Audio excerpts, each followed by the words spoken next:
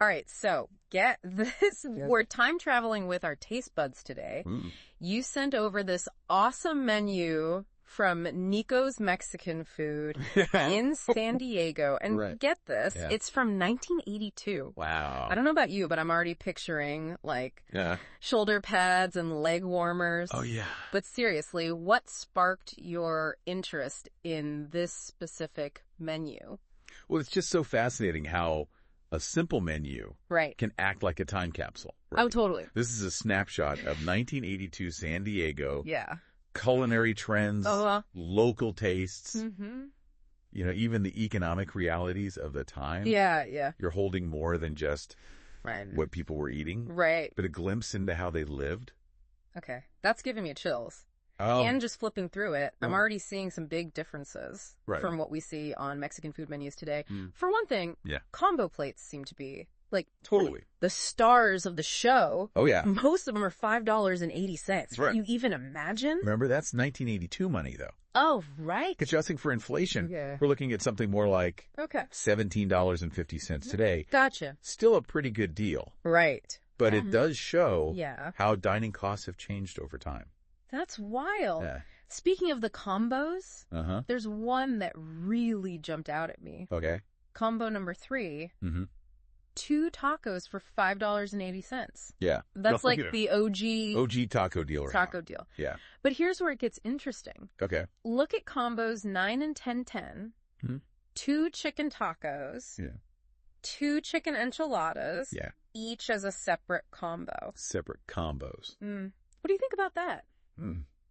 It is interesting. Yeah. Makes you wonder if chicken was like Yeah. a new addition to these menus. Maybe Yeah. it wasn't as common as beef or pork back then. That's what I was thinking. Maybe even a more premium option. Yeah. That's why they're separate combos. Yeah. That makes sense. What do you think? Yeah, I think maybe they couldn't put chicken in with the other meats because it had a different price point. Right. Yeah, totally. Okay, I am officially intrigued by the chicken mystery, Yeah. but combo 18 is really throwing me. Okay. 1 chicken burrito and 1 beef burrito. Is that like Interesting one. the surf and turf of the burrito world? That's a great Yeah. way to put it. Yeah. Maybe it was meant for sharing, Oh. you know, a little taste of both worlds. Oh, I like that. Or maybe they just wanted to, Yeah. you know, Right. show off how versatile their burritos were. Huh? Portions were probably bigger back then. Right. So this could have been, you know, a good deal for a couple who wanted to share. Ooh, a burrito built for 2. I love that. Mm-hmm. Okay, let's move on from combo land Okay. and look at the individual items. All right. Enchiladas are first, and they're pretty classic. Cheese, chicken, beef, mixed. Keeping it simple? Yeah, Yeah. but get this. Okay. They start at $3.50. You know, that got me thinking about know the that. economy in 82. Yeah, Inflation was high back then. right. But these prices Yeah. are still super low by today's standards. Yeah. It seems like Yeah. Mexican food was probably considered Right. a really affordable option. Yeah, you could practically feed a family What? for a $10 bill. For sure. Okay, now burritos. Oh, yeah. We've got the bean burrito Mm-hmm. for $2.25. Yeah. I mean, who doesn't love a bean burrito? Right. A classic. But then there's this mixed burrito beef and bean. Oh, yeah. What do you think was going on there? I don't know. That's a real head scratcher. Yeah, like, was it a bean and beef symphony? Maybe it was a way to, like, Yeah. stretch the beef. Right, yeah. You know, make it a budget-friendly option. Yeah. Or Yeah. maybe it was just a regional thing. Okay. We might need to talk to Right. someone from San Diego Yeah. to crack the code on this one. Noted. Fine San Diego burrito expert. Uh-huh.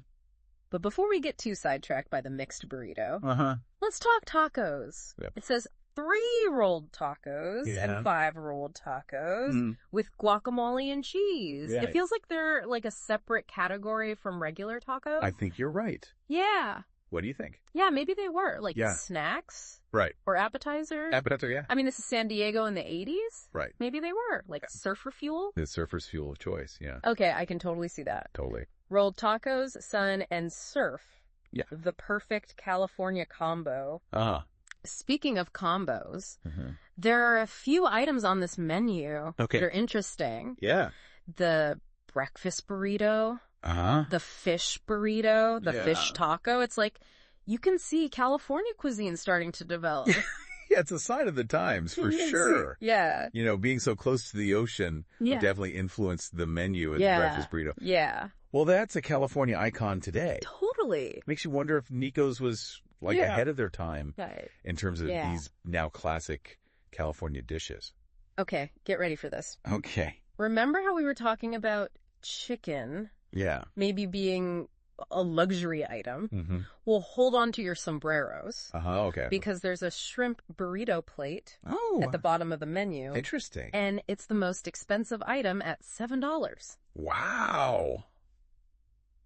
Is this like the lobster of the burrito world? Shrimp was definitely a premium ingredient back then. Okay. Or, since this is a full plate with rice and beans, maybe the price reflects how complicated the dish was. Gotcha. It's interesting to think about how prices and perceptions of ingredients have changed over time. Totally. Yeah. So maybe shrimp was the big splurge in 1982. It was the way to go if you were feeling fancy. Like if you want to treat yourself, get the shrimp burrito. Totally. Okay, here's a real brain teaser. Okay. Imagine you only knew Mexican food from this menu. What giant things would you be missing out on compared to what we eat today? That is a really good question. Yeah. So first of all, no quesadillas. Oh, right. No nachos or fajitas. Wow. These are like I know. staples of Mexican cuisine now. Right, yeah. But they're totally missing from this menu. Yeah. Yeah. What about the salsa? Oh, right. You've got guacamole, but there's no pico de gallo, salsa verde, or any of those fancy salsas we see today. It's like a whole world of Mexican food is missing. Yeah. No molten cheese pulls, no nachos piled high with toppings. Yeah. It makes you realize how much food trends have changed over time. It makes me wonder. What will people think 40 years from now when they look back at our menus today? Okay, that's a good one. Yeah. Will we all be like drinking algae smoothies? Or will insect protein be the new kale? Maybe. Or maybe we'll have moved beyond. Or maybe we'll be living on like nutrient capsules or something. Whoa, that's next level. Right. Like your menu scans your DNA and makes a meal for your metabolism. Yeah.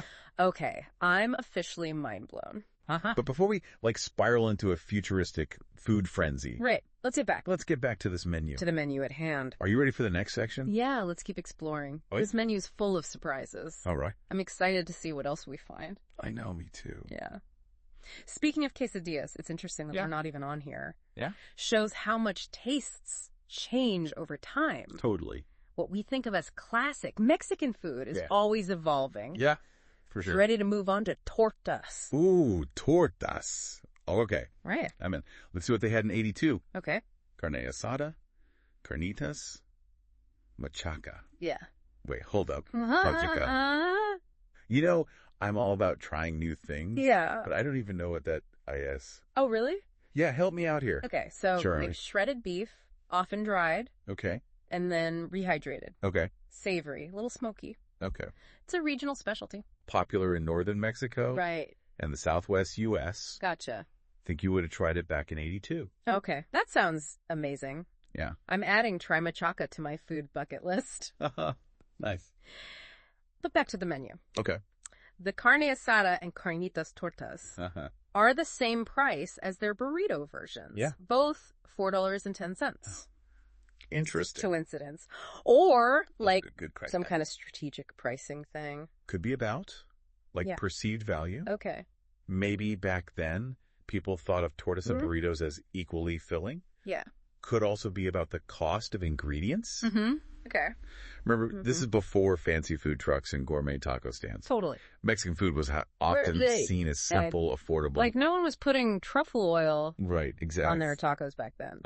Exactly. But here's something else I noticed. Okay. Machaca is cheaper. Yeah. Across the board. The machaca torta is $3.75. Right. While other tortas are over $4. Huh? What's up with that? Yeah. Was machaca a good point. The budget beef of 1982? Maybe it was more available in that area. Right. Or maybe it was just a cheaper cut of beef to begin with. Makes sense. It reminds you that even within one type of cuisine, There can be so many regional and economic factors. Yeah, totally. Yeah. Okay. I am officially fascinated by machaca. Huh. It's like a food mystery in a tortilla. It really is. Okay, but let's move on. All right. Chimichangas. Oh, yeah. Always a classic. Always a crowd pleaser. What fillings did they have back in the day? So they had carne asada, carnitas, beef, and chickens. Cool. Yeah. And for the bean lovers, yeah, they had a bean chimichanga too. The classic bean chimichanga. Simple, but good. Yeah, probably so good dipped in guacamole. Oh, for sure. And look at the prices. $5.75 for carne asada. And carnitas? Yeah. $5.50 for beef and chicken. And a very reasonable $4 for bean. Nice. It's like they had their pricing down to a science. Yeah, it seems like they knew how to price things based on ingredients and how long they took to make. Totally. Which is a strategy that still works today, even with all the fancy fusion tacos and whatever. Like a basic bean burrito is always going to be cheaper than the lobster taco. Yeah, exactly. No matter how much avocado toast you put on it. Exactly. Okay, let's keep going. All right, what's next? Tostadas. Ooh, tostadas. They had chicken, beef, and bean. Okay. All served on a flour tostada. Wait, a FLUR tostada? Yeah. That's not what I'm used to. Interesting. Was that normal back then? I don't know. Maybe corn tortillas weren't as common in this area back then. Or maybe Nicos just, you know, had a certain type of customer. Who preferred flour? Okay, that makes sense. It reminds you that even simple ingredients like tortillas. Yeah, even tortillas have a story. There's a history, yeah. And look, they even had a chicken and beef combo tostada. Nice. The surf and turf of the tostada world. And for the true bean lovers, a bean tostada with rice and beans. Oh, wow. It's like a bean party on a tostada. A fiesta bean. Okay. I'm getting hungry. I'm sensing a bean-themed deep dive in our future. All right, I'm in. But before we get lost in the bean world, let's finish this section with one last thing that I noticed. All right. The shrimp burrito plate. Ah, yes. The most expensive item, I know. $7. Yeah. We talked about how shrimp was probably fancy back then. Right. But what do you think about the plate part? Good question. Was this like the deluxe version of the burrito? Ooh, maybe it was like the Cadillac of burritos.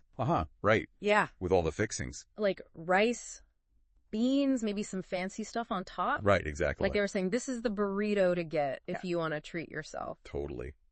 It's interesting how, like, presentation and plating have changed so much over time. What was fancy in 82? I know. Might seem totally normal today. Like, imagine if they served avocado toast with that shrimp burrito plate. People would have lost their minds. Okay.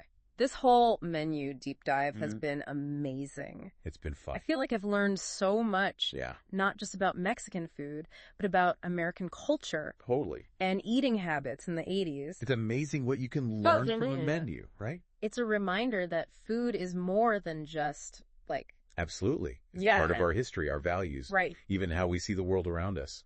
Okay. I am officially inspired nice. to go on a culinary time travel adventure. That's awesome. But before we wrap up, I have one last question. I'm ready. Okay, so remember we were talking about what's missing from this 1982 menu? Yeah, no quesadillas, no nachos. No crazy salsas. It makes you think about how much things have changed. Well, it got me thinking. Yeah. What if we fast forward like 40 years into the future? Yeah, what's on menus today? Right. That might seem super weird or old-fashioned. Interesting. By 2064. That's a great question. Yeah. What do you think might disappear?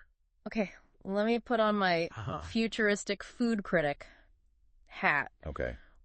Will we all be, like, slurping algae smoothies? Maybe. Will insect protein be, like, the new kale? Could be. Or maybe we won't even eat real food anymore. Right. We'll just be living on those nutrient capsules. Nutrient capsules, yeah. Whoa, that's crazy. Yeah, I could definitely see personalized nutrition getting even bigger. Imagine menus that change based on, like, your dietary needs. Yeah. Based on your health data. Oh. That's next level. Right. Like the menu scans your DNA. And makes you a custom meal. Exactly. Based on your metabolism. Yeah, or maybe we'll see like a comeback of ancient grains and ingredients we've forgotten about. Right. Like chefs rediscovering old culinary wisdom. Imagine a menu that blends technology with those old traditions. Okay, now that's a future I can get behind. Right. Ancient grains, personalized nutrition. Yeah. Maybe even a little insect protein. Maybe a little sprinkle. It's like a culinary time travel adventure. Highly. This whole deep dive has really shown me that a menu is more than just like absolutely a list of food. It's a snapshot of a specific time, showing us trends, economic realities, even scientific advancements. So true. Yeah. All right, folks, it's time to wrap up our delicious deep dive into Nicos Mexican food, 1982 style. It's been a journey. We have explored the combos, solved the burrito mysteries. We did it. And even traveled to the future of food. It was quite the adventure. Hopefully you've got a new appreciation for culinary adventures, both now and in the future. Yeah. If this deep dive got you curious, I encourage you to check out other menus from different times. That's fascinating. You might be surprised by what you find. And remember, the next time you look at a menu, don't just see a list of dishes. Right. See a story, a story of tastes, trends, and the culture of that moment. I love that. Yeah. Thanks for joining us. Thanks for listening. On this delicious journey through time. Yeah, it's been fun. Until next time, happy eating.